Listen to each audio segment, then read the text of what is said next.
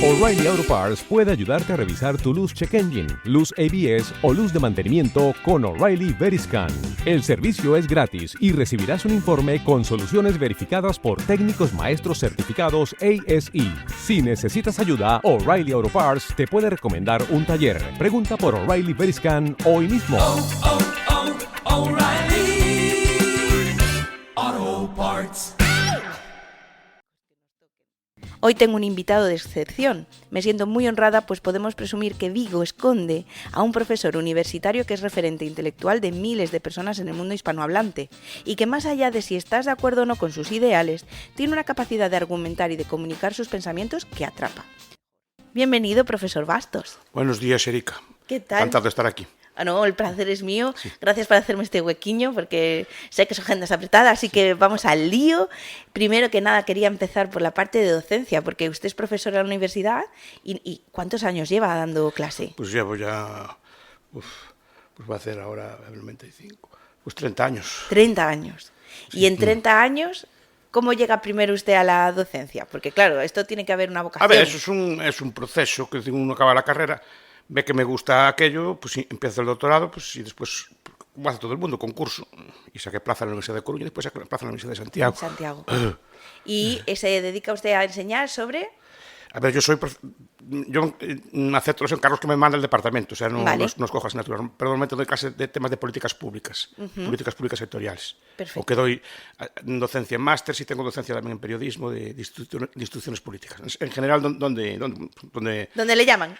¿Dónde llaman? No, hombre, donde el departamento entiende que puedo estar mejor. Vale.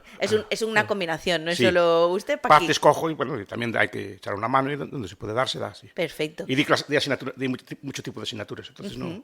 Y lo que no ha cambiado es más o menos el rango de edad de sus alumnos, porque en la universidad usted va aumentando su edad, pero sus alumnos más o menos tienen el mismo dice que rango. nuestro oficio, por ejemplo, el de los militares, es muy peculiar, porque siempre estamos con jóvenes. Claro. Nosotros vamos envejeciendo, pero siempre estamos con jóvenes. ¿Y se nota diferencia entre los jóvenes de cuando Yo usted de año empezó? en año no, pero a lo mejor de 5 en 5 años De 5 en sí. 5. O más o menos, ¿no? Ves que incluso cambia el lenguaje, Sí. no usan las mismas expresiones de argot, o hablan de otro tema, incluso las posturas ideológicas o teóricas veo que son distintas, van cambiando también según los tiempos. Porque entiendo que según el contexto que les rodea también cambia absolutamente todo, ¿no? Normal, según los debates que hay en ese momento en la sociedad o las ideas que en ese momento están triunfando, pues normalmente ellos las adoptan. Y sobre todo a través de las redes sociales, que es como muchas veces se informan ellos, pues la velocidad de cambios a lo mejor es mucho más rápida. Más rápido, ¿verdad? Sí. Se nota. ¿Y está usted notando a lo mejor un cambio? Porque esto en redes sociales se percibe mucho, ¿no? Esta queja de que los jóvenes se están virando a la ultraderecha y a los valores viejos, pero de manera peyorativa, ¿es cierto? Sí, no, a ver, yo creo que es algo semejante a lo que pasaba con los abuelos de antes cuando veían a sus hijos que se hacían como más modernos o revoltosos, ¿no? Pues ahora los padres revoltosos o hijos de aquellos revoltosos ven que sus hijos se tuercen. Y el fenómeno es el mismo, no lo ven como qué pasó aquí o cómo abandonan, digamos, todo esto, ¿no? Pues pienso que son procesos más o menos normales. Yo creo que desde y no es nuevo, ¿no? en la historia. Efectivamente, sí. yo creo que desde Lo que pasa Aristóteles. es que lo que cambia es la velocidad del cambio, que al ser Ya. tan rápido, entonces a lo mejor no nos damos cuenta. Claro, eso también puede ser. Sí. A mí lo que me sorprende es eso, ¿no? Que escuches a mis padres o a mis abuelos, y si pudiera hablar con mis bisabuelos y tatarabuelos, seguramente se quejarían de que sus hijos, Dios mío, el mundo, ¿en qué manos quedan? Sí. Y el mundo siguió. Sí, y seguirá. Claro. Y son gente muy preparada y muy buena. Yo no comparto el tópico de que está perdido esto, ni que está... No, son como fueron siempre, pero eso sí, con los valores distintos a los nuestros, con valores de la época que tienen ahora. Usted es un defensor de valores viejos. Sí. ¿Y en este mundo tienen cabida esos valores? Como tener cabida tienen, y en muchos sitios del mundo la tienen. Que pasa que nosotros tenemos... Culturalmente, pues parece que están criticándose o erosionándose esos valores, digamos, antiguos. Si defienden esos valores viejos es porque están probados. Ya. Están probados a lo largo del tiempo y normalmente son los que funcionan. Pues ahorrar, vivir un poco por debajo de lo que se gana y guardar para el futuro. No solo porque acumules un pequeño capital o porque tienes unos pequeños ahorros, porque tienes un pequeño colchón, sino porque te enseña. Te enseña a autocontrolarte y te enseña, digamos, a ser... incluso, como se dice ahora, resiliente en tiempos duros. Una persona que está acostumbrada a ser dura, pues bueno, si le viene mal o viene una crisis, lo aguanta mejor que una persona que está digamos, acostumbrada a gastar todo o viviendo a crédito. ¿no? Entonces, viene una crisis, ¿quién aguanta mejor? Claro. El que tiene deudas y el que tiene un montón de costumbres, digamos, gastos, o el que está acostumbrado ya a contenerse. Esto lo decían, los mencioné porque la verdad que mis abuelos me han enseñado mucho y de todo lo que he podido hacer es gracias a esas enseñanzas, ¿no? Sí. Ellos siempre vivieron en posguerra. O sea, yo creo que no la sobrepasaron. Sí. Su alacena estaba siempre llena de comida, había dinero escondido por la casa por si acaso teníamos que salir corriendo, y eso que deja una huella. Deja una huella, sí. Entonces, a día de hoy, claro, en el caso de nuestra generación, yo digo que los que nacimos en los 80 somos una generación estafada, porque nacimos en una democracia, nos dijeron, no os preocupéis por nada, que está todo controlado, pero los años fueron pasando y nos dimos cuenta de que de controlado nada, que aquí había que tener una base. Aquí lo que yo critico muchas veces es esta idea de nos estafaron. Primero, ese tipo de promesas no se pueden hacer. Yo a usted no le puedo prometer que le va a ir bien en el futuro porque no se lo puedo prometer, porque no sé cómo va a ser el futuro. Y a un chico o una chica no se le puede prometer, si haces esto vas a tener seguro un trabajo, porque no se le puede prometer, porque no sé si lo que va a estudiar va a tener demanda en el mañana. Eso de partida. Hay que partir de eso. No se puede prometer cosas que no se pueden cumplir. Eso sí. Lo que sí que podemos enseñar es unos hábitos. Claro. Y a lo mejor cuando digo, pues estudia, pues es serio, tal, lo que estás enseñando son unos hábitos de disciplina que sí que le pueden valer en cualquier circunstancia. Total. Frente a decir, pues estudia esto y te vas a hacer de oro. No, porque no lo sabes, no lo sabes. No lo sabes porque a lo mejor, además, estudias una cosa y resulta que no vales para eso. Eso también les pasa mucho. Pero no pasa nada, porque estudiar es una cosa y la aplicación práctica es otra. Por ejemplo, si me pongo a estudiar peluquería, puedo ser justamente, teóricamente, sé todas las teorías del peinado, todas las teorías del corte, tal. Sí, pero me falta pulso, yo no tengo maña, no tengo habilidad en las manos, entonces no valdría para el oficio, aún sabiendo toda la teoría del mundo. Totalmente. Y toda la historia de la peluquería hasta el día de hoy, todas las técnicas de maquillaje, todas las técnicas de tintado, todas las técnicas de... No valdría de nada, porque no tengo la habilidad. Totalmente. Entonces, puedo estudiar una cosa y no valer para esa cosa. Porque la mayor parte de las profesiones no solo es el conocimiento técnico, sino la habilidad de aplicarlo. El abogado puede saber mucha ley, pero también tiene que saber defenderla en el foro, tiene que saber argumentar, debatir, etcétera, tiene que tener una serie de habilidades, digamos, que son extraacadémicas, pero todos los oficios la tienen. Un politólogo también puede dedicarse a la política o otro tipo de cosas, vale, pero también tiene que tener la habilidad de hablar bien, tiene la habilidad de convencer, la habilidad de tejer alianzas, etcétera, ¿no? Esa es la idea, es decir, no basta solo con el conocimiento. Muchas veces, cuando acertamos pensamos, estudia esto, ya tal. No, estudia esto y mira tú para qué vales tú también. Y en ese sentido, cuando nosotros nos enfrentamos a la vida laboral, digamos, encontramos muchos prejuicios de te vas a equivocar o me he equivocado y tengo que rectificar y de repente se ve como un fracaso y al final la vida es muy larga, ¿no? Sí, fracasos es normal que se tengan en todos los ámbitos de la vida. Entonces, no pasa nada. Pero eso digo, pero también esos valores de frustración, vale, pues caí, pues a levantarse otra vez. Totalmente, ¿no? Totalmente. Cuando nosotros hablamos de política, yo creo que a veces me he comido un montón de vídeos suyos y de debates he leído los comentarios, es un tema que me interesa muchísimo. A veces siento que hay una barrera entre el conocimiento que pueda tener una persona a nivel académico y el conocimiento que hay en la calle. Sí. Porque muchas veces cuando escucho a personas discutiendo me doy cuenta que, claro, si no parten ni siquiera de la misma, vamos a llamarle etiqueta, de la misma definición, es muy difícil que lleguen a un consenso, ¿no? Y a día de hoy siento que muchas de las personas que admiran sus charlas y lo que usted explica es porque a personas como yo nos da un poco la pista de por dónde va la cosa y hacia dónde nos estamos moviendo, ¿no? Cuando hablamos de capitalismo, cuando hablamos de... Usted ahora es famoso por esta frase de capitalismo trabajo, ¿no? Sí. Y dices tú, claro, pero ¿qué es capitalismo? Porque si cuando discutes con la gente una persona entiende como capitalismo, como este sistema que casi se están hablando de consumismo... Sí, es un error grande. Claro, y cuando le oigo a usted hablar de capitalismo como esa herramienta tecnológica casi del que ha creado el hombre, digo, ostras, claro, es que no tiene nada que ver. Podríamos hacer un pequeño, muy breve... así, una breve lección de terminología política que estamos usando mal. No, pensando mal, no. A ver, a mí me gustaría que en el futuro, y si puedo contribuir a eso, es que la política y la economía fueran tan populares entre la gente como es el fútbol. Sí.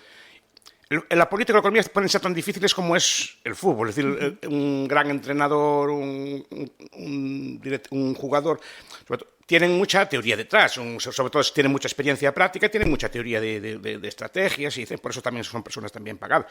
Pero a nivel popular el conocimiento de fútbol o de otro tipo de temas son muy amplios. O sea, las personas leen prensa deportiva, discuten de estos temas, ven los partidos, digamos y muchos españoles se atreven a hacer selecciones. Tiene que estar tal jugador, que no tiene que estar tal jugador, no sé cómo sacó a este, cómo sacó al otro. Pero hay una discusión popular al respecto del tema y la gente entiende y es un conocimiento popularizado. Como todo, tiene sus niveles, hay un nivel de exigencia más alto, digamos, en los que viven profesionalmente de eso, pero la mayor parte de la población sabe mucho de esto y entiende. Pues me gustaría que la política y la economía fueran algo semejante.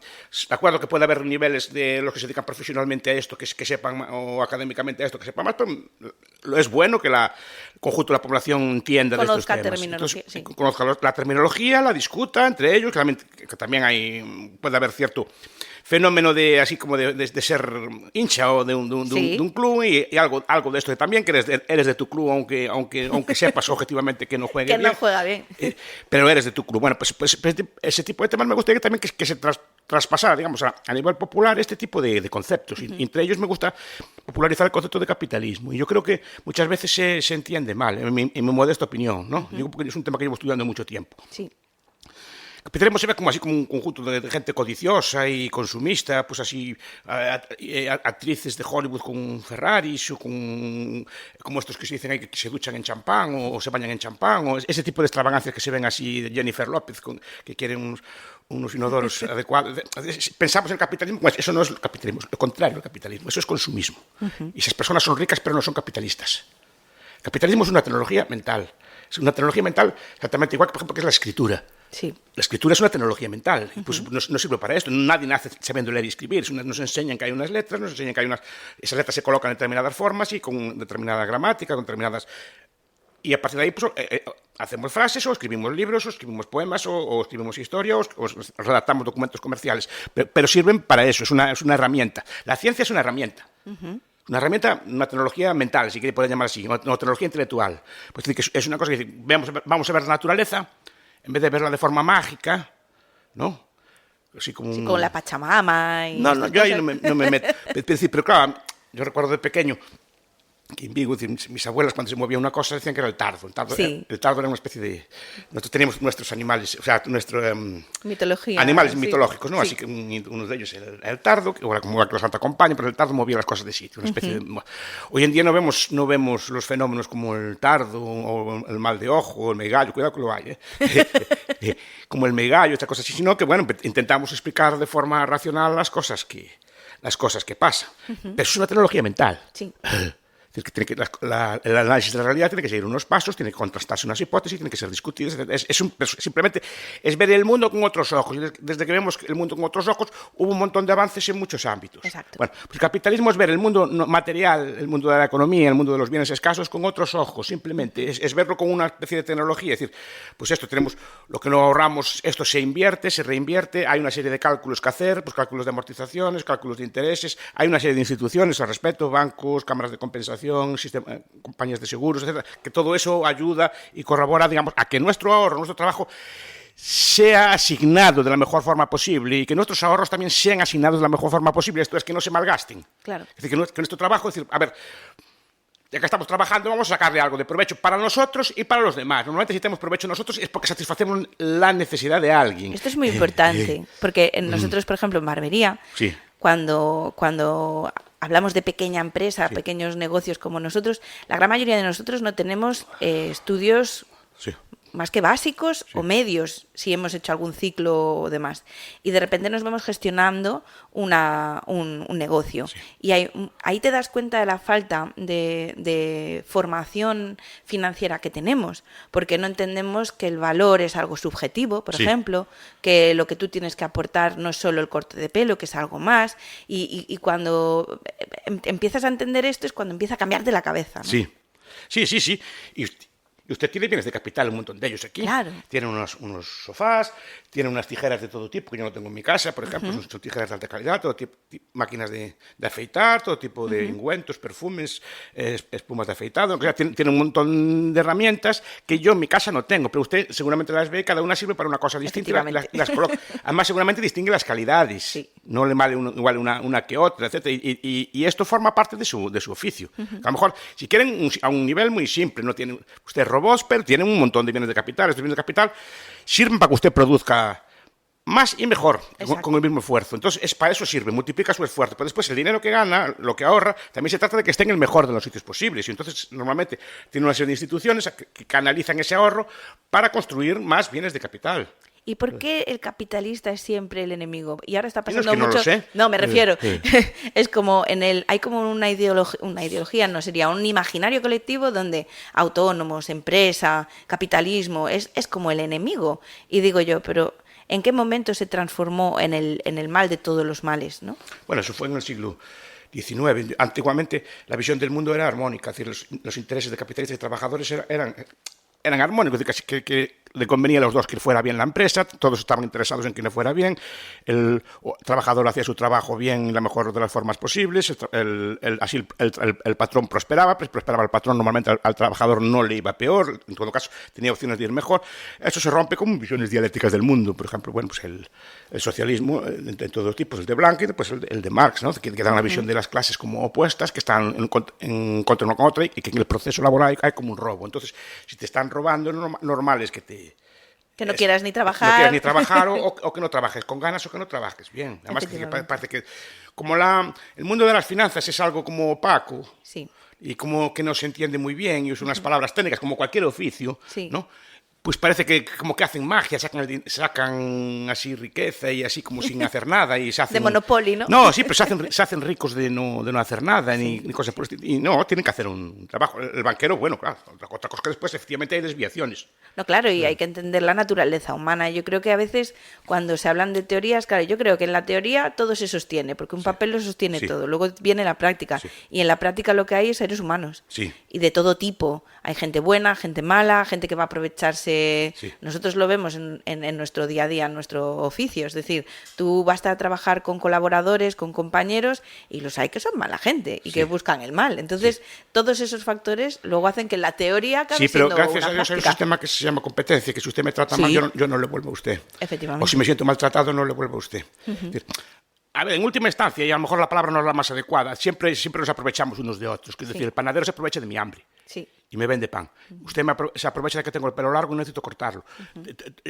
Yo puedo decirme así, llegando al extremo, que me aprovecho de la ignorancia de la gente y le vendo un producto porque yo sé más que ellos y le vendo cosas. Todos, en cierta forma, nos aprovechamos. No, las demás personas tienen necesidades y nosotros buscamos satisfacerlas. Sí. El médico se aprovecha de mi dolor. El dentista también. Decir, sí y sí, ¿no? Menos mal que está ahí. Claro. Es que todo depende de cómo lo viviré. Cuando me quedo tirado con el coche o de puerta afuera, pues el cerrajero pues saca dinero. Claro, pues sí, pero menos mal que está. Si nadie quisiera sacar dinero, pues estaríamos todos muy bien, pero nadie me abriría la puerta. Nadie tiene una grúa en su casa. No. Por si a mí me pasa algo, por muy amigos míos que sean, por mucho que me quieran, mis hermanos, nadie no tienen una grúa en casa por si me quedo con el coche tirado. Entonces lo normal es contratar una grúa que me venga a buscar y se le paga lo que se ha establecido, o tener un seguro que te cubra, pero básicamente está aprovechándose de mi necesidad. Pues sí, menos mal que hay alguien a aprovecharse de mi necesidad, si no perdidos estaríamos. Claro. Pero es que Pero no es aprovecharse, es que es tu forma de vida, es decir, que aprovecharse. Pues claro que un médico está allí, gana dinero porque hay enfermos, pero no es que se aproveche, cobra un salario y hay incompetencia, tampoco puede abusar. Es decir, en el sentido que si un médico abusa, o mejor dicho, o un dentista, un médico está muchas veces por la seguridad social, pero un dentista abusa, pues normalmente no se le vuelve a él. Totalmente. Pero porque tenemos también lo que decía al principio, ¿no? Yo a veces creo que sería bueno hacer un reset y poner, no sé, estas terminologías un poco más en limpio, porque incluso la palabra competencia tiene una connotación peyorativa y yo puedo, y la contraria es la positiva, o sea, si colaboramos es bueno, si competimos es malo, y digo yo, y si competimos por hacer el mejor servicio no es bueno. Sí. O si colaboramos por hacer el mal no es malo. Es decir, al final la competencia y el colaboracionismo no son per se algo bueno o malo, es lo que hagas con ellos. La competencia tiene dos dinámicas. Usted compite a lo mejor con otros barberos, o yo compito con otros profesores, etc. Pero ustedes, los barberos, también tienen intereses comunes. Claro. En el sentido de que, por ejemplo, tienen interés en que la gente no corte el pelo en casa, que se lo corte fuera. Entonces, tienen también que hacer buena propaganda y decir que nuestros servicios son mejores en general. Después compiten entre ellos, porque si no hay esta colaboración, tampoco el sector. Yo muchas veces me invitan a sitios, son reuniones sectoriales. Son de empresas que compiten entre sí, pero entre ellos tienen asociaciones y entre ellos hablan y comparten necesidades. Me hace gracia esto de la competencia porque uno va a Santiago, por ejemplo, que es donde trabajo yo, y hay calles llenas de bares, solo llenas de bares. Y digo, ¿y cómo compiten unos bares con los otros? ¿Estarán a pagar? Pero no. Si hubiera un bar solo, no habría nadie allí. Seguramente. No, porque no sería atractiva la calle. Entonces la calle es divertida con que los locales produzcan o sirvan productos bastante semejantes, no exactamente lo mismo, pero claro, con pequeñas diferencias. Uno hace las patatas bravas de esta forma, otro hace los mejillones de la otra, otro te da un trocito de carne allí frita y tal. Es decir, cada uno de ellos tiene sus peculiaridades, pero es lo que le da vida a la calle, que haya muchos bares variados y con oferta gastronómica. Un bar solo, sin competencia, no tendría nadie. Entonces, normalmente esos hosteleros, compitiendo, repito, puerta con puerta, pared con pared, unos con los otros, están interesados en colaborar entre ellos para que esa calle siga siendo bonita y hacen esfuerzos, hacen publicidad común, están asociados, etc. O sea, no tiene por qué ser la competencia necesariamente a cara de perro. Muchas veces la competencia tiene un elemento efectivamente de competición, pero también de colaboración. Pero en el mundo de las ideas, por ejemplo, hay competencia. Yo defiendo unas ideas. Otros teóricos compiten con ideas distintas o antagónicas. Entonces, vale, ahí está, pues que entre ellas discuten a puñetazos en la cabeza y que gane la mejor. Tal cual. No veo yo porque necesariamente... También sería bien aburrido que hubiera una idea sola. Claro, es que yo cuando la gente aboga por esta... ¿cómo decir? Uniformación, porque al final está todo el mundo desde su trinchera, vamos a decir, está buscando que compre sus ideas, ¿no? Sí. Y qué bonito sería que todos pensásemos igual. Y yo cada vez que veo esto, a mí se me aparece la imagen de los Minions o de los de Willy Wonka, ¿no? Sí. Que nos quieren todos iguales. O sea, a mí la palabra igualdad, y gracias a usted he podido entender por qué me chirriaba tanto, no acaba de encajarme. Y es uno de los temas polémicos, porque a usted le encanta utilizar ejemplos polémicos para ejemplificar cosas muy complejas. Sí.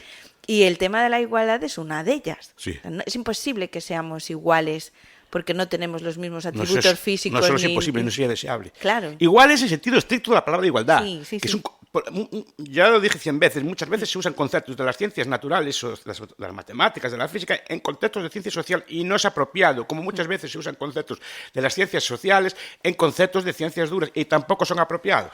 Claro, porque es poner una manzana en una cesta de peras. Claro, entonces, efectivamente, pero la igualdad es un concepto que se usa mucho en matemática, en otras ciencias, cuando se hacen ecuaciones o cuando se hacen comparaciones, pero no vale para la ciencia social, precisamente porque ni siquiera sería deseable que fuéramos todos iguales. Claro. Si fuéramos todos iguales no habría división del trabajo, por ejemplo. No habría un montón de cosas, seríamos todos barberos. Claro.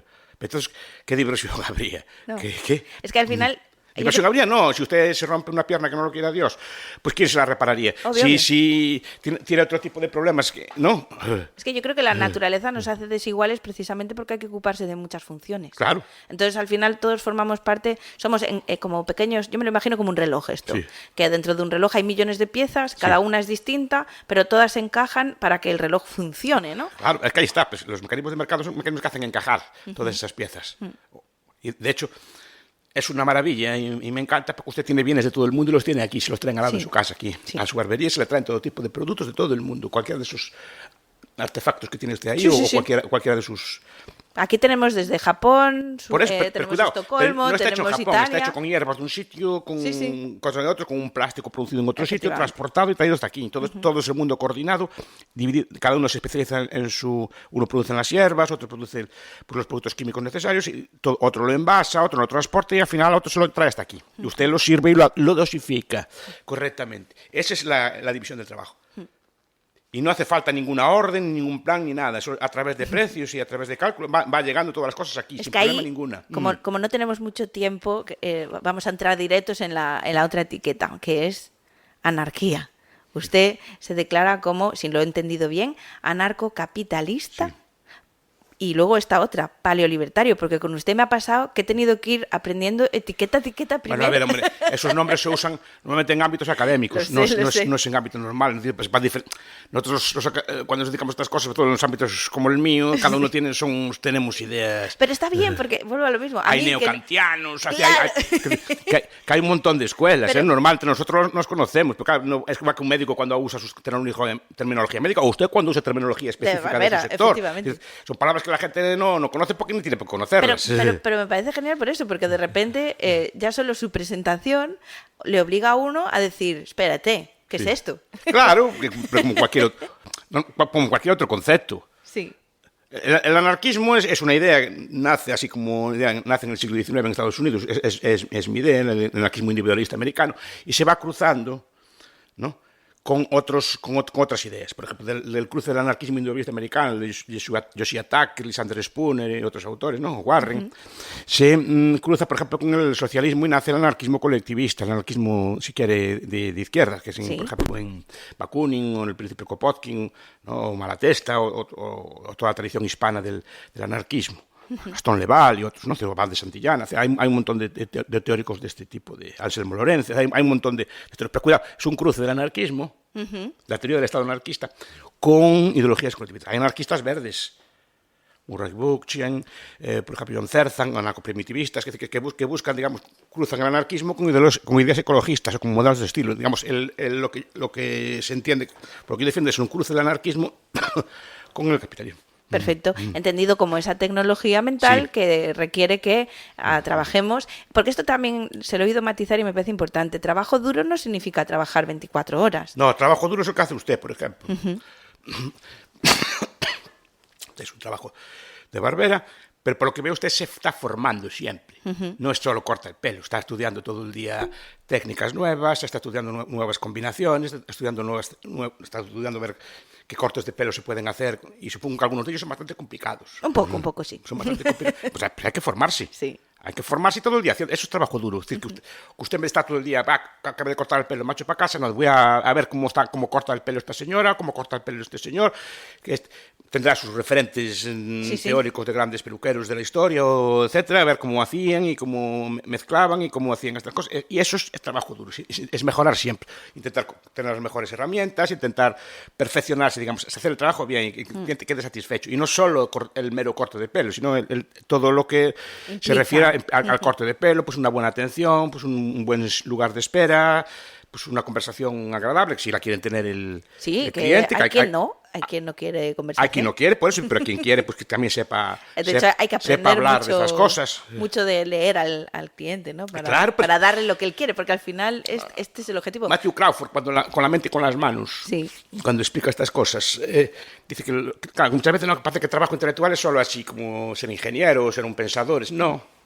Cualquier trabajo, y además, no sé si es él o los otros, creo que sí, que habla por ejemplo, del trabajo de peluquero, pero un trabajo que requiere una combinación de inteligencia personal, de saber leer el cliente, de saber entender lo que quieres, de ver también incluso cómo le podría favorecer, digamos, el corte que le hace usted. Porque, claro, requiere una labor de comprender un poco la personalidad de la persona, ver todo eso, ¿no?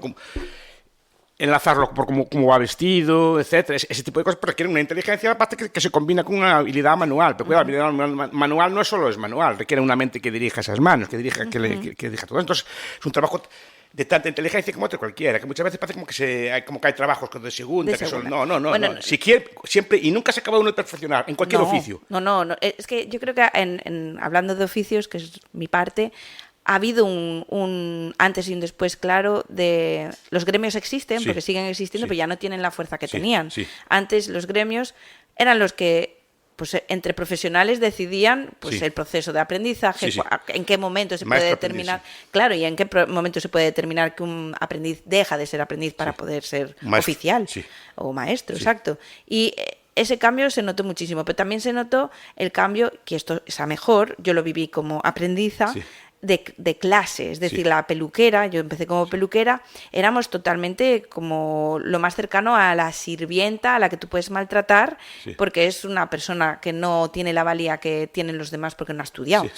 Esto ya por fin estamos notando el cambio de que ahora ya se valora que una persona que tenga un oficio es tan válida como otra cualquiera, no es una persona de Pero también segunda. tiene que ser una actitud. Claro, claro. Si se queda como que empezó usted, pues claro, pues acabaría, no sé cómo hacen una peluquera, pero acabaría así. Pero usted veo que se forma, veo Sí, que sí, está sí. estudiando, veo que habla con otros barberos, incluso los entrevista, y ver cómo hacen, incluso cómo se gestiona el negocio, tendrá que tener unos horarios, ver qué horarios son los mejores, tendrá que ver qué tipo de productos ofrece, etc. Entonces, ese tipo de cosas forma parte del trabajo duro, no es trabajo duro que Exacto. tiene que ser picar con una piedra, sino que es una actitud cada trabajo. A mí me encanta, a veces, por casualidad, entro en internet, entra en un foro de mecánicos de coche, por ejemplo, Sí. o entra en un foro de albañiles, que, por ejemplo, ¿no? Pues de cómo se coloca una placa sándwich o cómo se coloca una de estas fachadas ventiladas, así.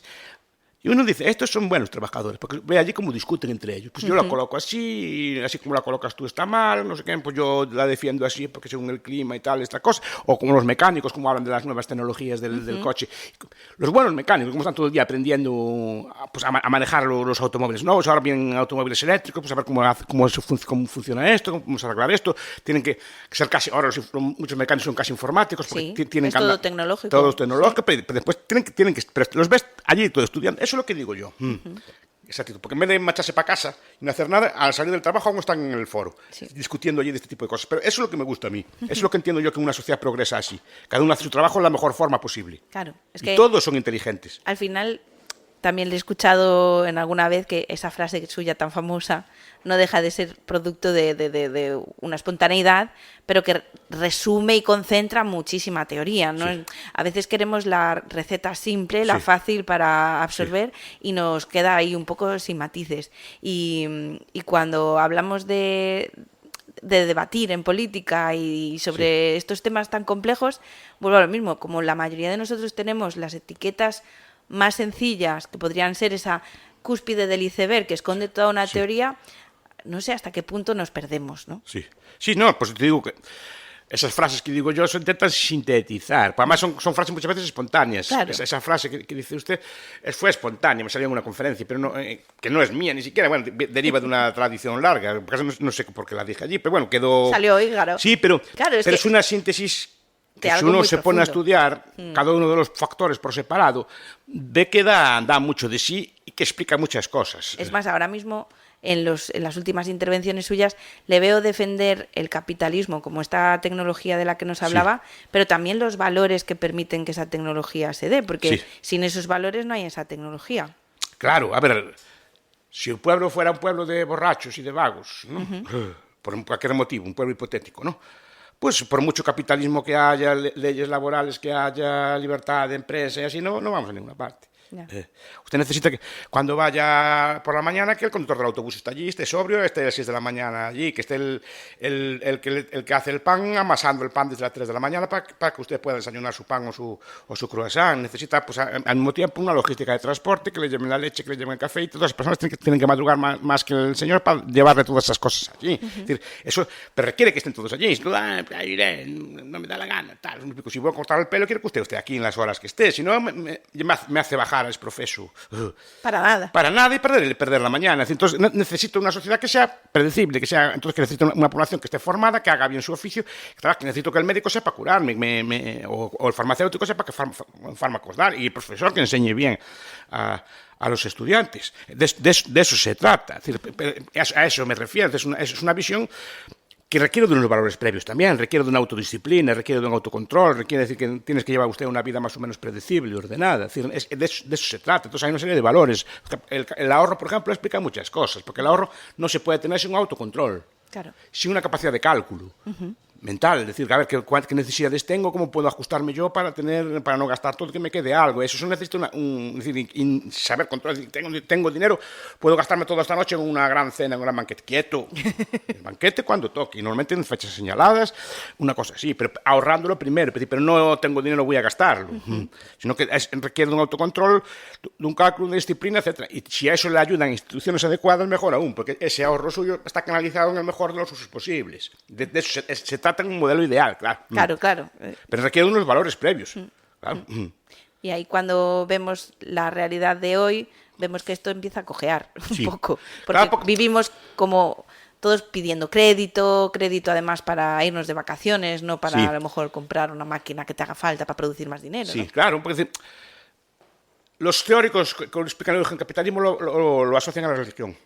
Ajá. Y esto es una cosa que es bueno, a día de hoy no se habla de esto, pero lo asocia a la religión porque la religión normalmente es una escuela, digamos, de autocontrol. Es decir, que normalmente quien sigue las normas religiosas concretadas en los mandamientos, probablemente pues, le va mejor que quien no lo sigue. Entonces, es una forma de ordenar la vida, ¿no? Digamos, que no conduce necesariamente al capitalismo, pero sí es un prerequisito de... Si la población no tiene capitales, no puede haber capitalismo. Claro. ¿No? Y después que hay otro factor, que es lo que explica Odo Marquardt, que es un filósofo alemán, que se llama en la filosofía de la compensación. Es decir, normalmente él explica que filosóficamente tendemos a culpar de algo que no nos va tan bien como queremos a quien nos puso en nuestro sitio o a quien nos ayudó. Qué interesante esto. A ver si lo explico. Es decir, normalmente si estamos y no triunfamos de todo, no le echamos la culpa a nuestros padres que no nos dieron una buena educación. Ajá, sí. ¿No? Sí. Si mi padre subiera tal, yo tendría tal. Es un mecanismo de compensación, quiero decir, psicológico. Es algo psicológico, entiendo. Es algo sí. psicológico. Y el capitalismo nos colocó aquí, pero como no nos va de todo el bien como queremos, la culpa es del capitalismo. Entiendo. Bueno, no deja de... El consumismo es que es hijo del capitalismo. Es hijo del capitalismo, pero es el enemigo número uno. Claro. Y eso la gente no lo entiende. Claro.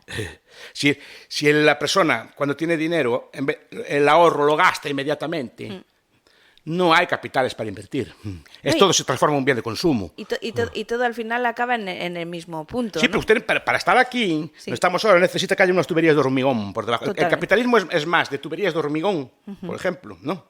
O de pilares de un puente, que de tomar, digamos, alimentos así exóticos, ¿no? Que es como se toman ahora, ¿no? Es decir, pero es más el capitalismo, el tubo de hormigón, la tubería que va por la alcantarilla debajo, que no se ve, que nadie la aprecia, que el placer de disfrutar, digamos, de un amanecer en una isla del Caribe. Es decir, parece que el capitalismo es la isla del Caribe, no, el capitalismo es el tubo de hormigón. Claro, porque yo creo que hay, por una parte, el sueño de ser millonario, ¿no? Es decir, o de la mejor vida posible, y luego está la realidad. Es decir, si creemos que esa vida de millonario es gracias al capitalismo, Sí. pero que la vida de nuestros abuelos no fue gracias al capitalismo, ahí es donde tenemos el error, yo creo. No, el capitalismo lleva...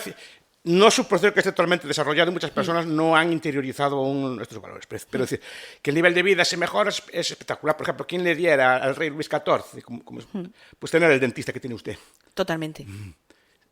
Sí, porque antes moría de dolor, no había forma, es decir, no había ningún calmante, ni había estas tecnologías de sin dolor, ni había torros, ni nada, le quitaban la muela brava y podía morir con una infección. Y seguramente un barbero venía a quitarle la muela. Sí, pero el barbero no, sí que no los barberos. Es verdad. Pero se la quitaban, pero sin anestesia. Hombre, claro, a fuego ahí. con muchas infecciones Claro. sí, entonces no, pues digo, quién le diera, por ejemplo, una cosa que no se valora, porque parece que siempre que el capitalismo como que degenera culturalmente. ¿Sabe que se escucha ahora más música de Haydn o de Bach hoy que nunca en la historia? Ya.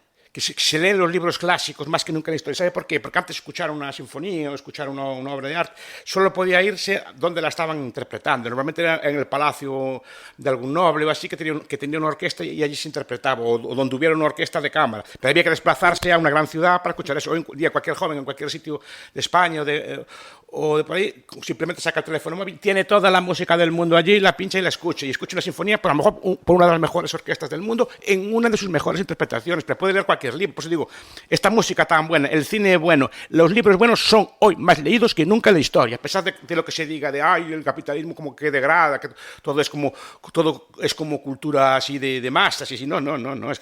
¿Qué piensa? Que en el siglo XVIII, XIX la gente del pueblo leía también así a los... Primero, probablemente no supiera leer, y segundo, de leer no creo que leyera tampoco estos autores, ni estos filósofos, ni estas teorías. Leería lo que buenamente pudiera. Es decir, no había medios ni siquiera para tener libros. Antes la gente analfabeta, entre otras cosas, porque no había nada que leer.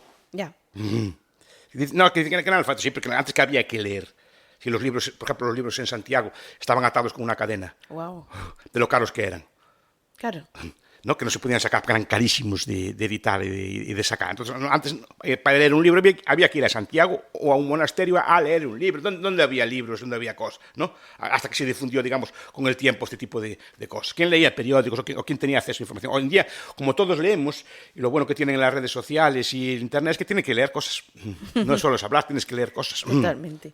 Entonces, sí que mejoró la cultura. De época es un tópico, ¿no? Lo abarató muchísimo. Cualquier persona puede tener en su teléfono móvil todos los libros del mundo, por lo menos los principales, Sí. o la música mejor del mundo. Pero incluso aunque no lo tengas en el móvil, hoy irte a una librería, encuentras librerías con libro nuevo, Sí. bastante bien de precio, pero es que luego tienes las librerías de segunda mano, Sí, donde encuentras todo muy, muy barato. Sí, no. Y los libros buenos también son relativamente baratos. Relativamente baratos comparados por lo menos como eran antes. Y si vamos a una librería de viejo, yo lo reto cualquiera que vamos a una librería de viejo, cualquiera, y sacamos de allí 10 libros canónicos. O sea, 10 libros canónicos entre los considerados los mejores de la historia de la universidad. Y a lo mejor por 5 o 10 euros. Ya. Todos. Ya. Eso es así. Es que a lo mejor lo que ha faltado es un esfuerzo por explicarle a los comunes como yo, Sí. qué son todas estas cosas. Claro. Y qué bien nos hace. Pero además digo porque somos una sociedad que está alfabetizada. Es decir, Sí. a día de hoy la mayor parte de la población, en otros tiempos no, pero a día de hoy la mayor parte de la población que puede escuchar este podcast tiene por lo menos 12 años de escuela, la peor. O sea, que son los años obligatorios. Después otra gente tiene más, pero normalmente tiene que estar súper alfabetizado, tiene que poder acceder a este tipo de consumos de cultura. De eso se trata. De cultura, quien dice de otras cosas, ¿eh? Y eso es medicinas. Yo leí una vez una entrevista que en los tiempos de la posguerra, cuando apareció la penicilina, la gente llegó a cambiar su casa, vender su casa para comprar penicilina. Y salió barata la compra, porque salvaron la vida. Porque la penicilina en su momento era muy escasa, creo que había incluso restricciones de comercio con el Reino Unido, entonces tenía que ir de contrabando y era carísima. Pero es que la penicilina, ¿cuántas veces cada vez que tuvimos una infección podíamos haber estado muertos perfectamente? Totalmente. Y hoy en día con unas pastillas que cuestan un paquete €1. Es así. Eso es también una cosa que no tenían otros antepasados. El barón Rothschild, que era la persona más rica del mundo, vio sufrir a su madre y morir. Tenía siendo la persona más rica del mundo y no tenía cura. Una cura que tiene usted una pastilla con €1. A eso me refiero. Sí, ya sé que el barón Rothschild era muy rico, pero a la primera que pillaba...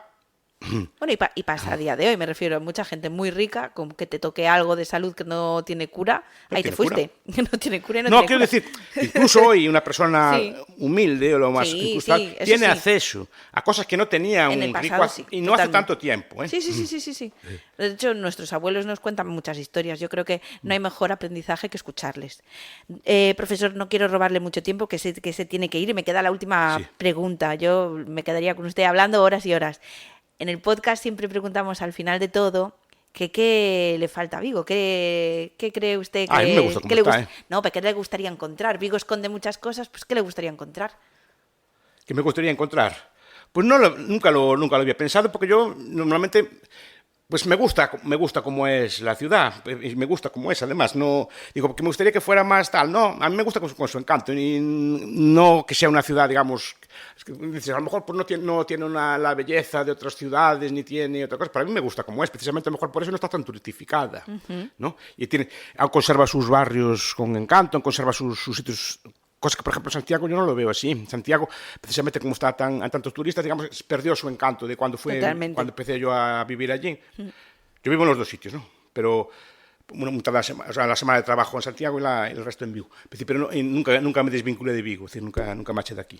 Pero digo que a lo mejor ese Santiago que conocí yo ya no es el Santiago de hoy, pero ahora vengo al centro de Vigo y bueno, y veo una ciudad pues como era antes, pero como más bonita, más moderna y llena de servicios. No sé qué podría yo pedir, porque tenemos de todo. Tenemos aeropuerto, tenemos puerto de mar, tenemos buenas comunicaciones. Es decir, que no sé exactamente qué más podría pedir. No sé, a lo mejor algo que ha visto por ahí en alguno de sus viajes, diga, ay, pues una tienda o algo así que me hubiera gustado tener aquí en Vigo. Es que antes eso tenía más importancia, ¿no? Pero es que ahora ya no tiene tanta importancia. Es decir, que antes que haya una tienda, por ejemplo, especializada en discos de tal, bueno, pues que ahora se piden por internet. A lo mejor antes sí que echaba manos de menos en esto. Por ejemplo, Santiago siempre tuvo unas librerías excepcionales. Sí. Siempre tuvo, por el tipo de público que tiene allí. A lo mejor, pues, Es decir, en Vigo no hay, aunque hay librerías buenas, esas librerías tan grandes y tan variadas como hay en Santiago no las tienen, porque era un sitio universitario, pero hoy en día ya ese problema tampoco lo hay. Ya no lo hay.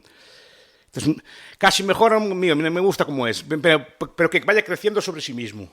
No que quiere imitar a otro sitio. Por ejemplo, ¿a qué se refiere cuando que no quiere imitar a otro sitio? Que no quiere ser como otra ciudad, que no quiere ser como Barcelona, que no quiere ser como esto. A ver no, está bien así como es. Y el tamaño para mí también es el correcto. Y me gusta dónde está, etcétera. No, es que no, a mí me gustan las cosas como son. No, es igual que decir, mi madre, mi padre o mis parejas no podían ser de otra forma. No, pues me gusta como son. Perfecto. ¿Qué? Perfecto. O sea, no tengo que contento estaría si fuera así. O sea, no, es como me tocaron. Perfecto. No, y a mí me gustan las respuestas de todos los invitados porque cada uno decís una cosa distinta. Entonces está bien. Y digo, yo no he hecho en falta nada. Precisamente lo bueno del tiempo moderno es que viviendo en cualquier sitio. Además, yo vivo en Vigo, pero vivo en el rural de Vigo, no vivo en Cabral, no vivo en el centro.